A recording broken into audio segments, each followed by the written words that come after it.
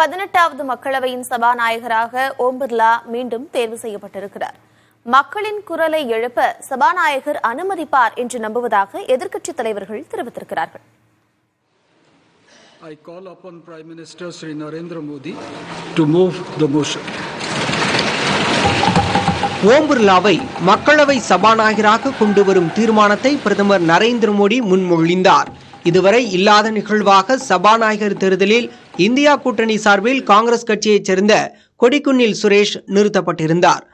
That Sri Om Birla, a member of this house, be chosen as the speaker of this house. Those in favor may say aye. Those against may say no. குரல் வாக்கெடுப்பின் மூலம் சபாநாயகர் பதவிக்கான தேர்தல் நடைபெற்ற நிலையில் ஓம் பிர்லா புதிய சபாநாயகராக தேர்ந்தெடுக்கப்பட்டார். தற்காலிக சபாநாயகரான பத்ருஹரி மகதாப் ஓம் பிர்லா தேர்வு செய்யப்பட்டதை அறிவித்தார். Sri Om Birla is declared elected as the speaker of this house.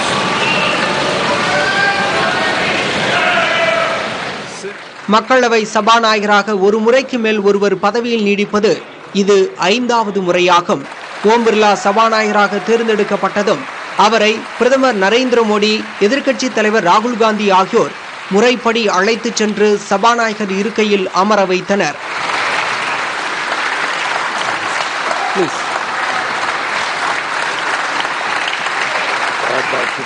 மக்களவை சபாநாயகராக தொடர்ந்து 2வது முறையாக தேர்வு செய்யப்பட்ட ஓம் பிர்லாவை வாழ்த்தி பேசிய பிரதமர் மோடி, தாங்கள் வழிநடத்திய முந்தைய மக்களவையின் சாதனைகளால் நாடு பெருமை கொள்ளும் என தெரிவித்தார்.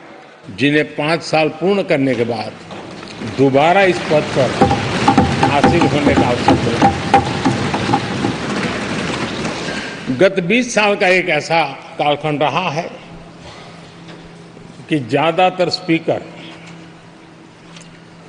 या तो उसके बाद चुनाव नहीं लड़े हैं या तो जीत करके नहीं आए हैं। आप समझ सकते हैं कि स्पीकर का काम कितना कठिन है कि उसके लिए दोबारा जीतना मुश्किल हो जाता है, लेकिन आप जीत करके आए हैं, इसके लिए एक नया इतिहास आपने गढ़ा।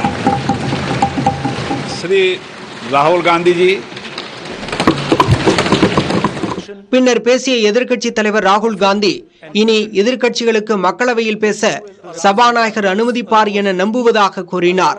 The government has political power, but the opposition also represents the voice of India's people. It is very important that the voice of the opposition is allowed to be represented in this house. I am confident that you will allow us to represent our voice, allow us to speak, allow us to represent the voice of the people of India. இதே கருத்தையே வேறு வார்த்தைகளில் வெளிப்படுத்தினார் சமாஜ்வாதி கட்சி MP Akhilesh Yadav. ராஜஸ்தானின் quota தொகுதியிலிருந்து மக்களவைக்கு தேர்ந்தெடுக்கப்பட்டுள்ள 61 வயது எம்பியான ஓம் பிர்லா ராஜஸ்தான் சட்டப்பேரவை உறுப்பினராக 3 முறை தேர்ந்தெடுக்கப்பட்டவர். இவர் கோட்டாவிலிருந்து எம்பியாவது இது 3வது முறையாகும். மக்களவை சபாநாயகராக தேர்ந்தெடுக்கப்பட்டுள்ள ஓம் பிர்லாவுக்கு திமுக எம்பி TR பாலு, இந்திய ஜனநாயக கட்சி நிறுவன தலைவர் பாரிவேந்தர் உள்ளிட்டோர் வாழ்த்து தெரிவித்துள்ளனர்.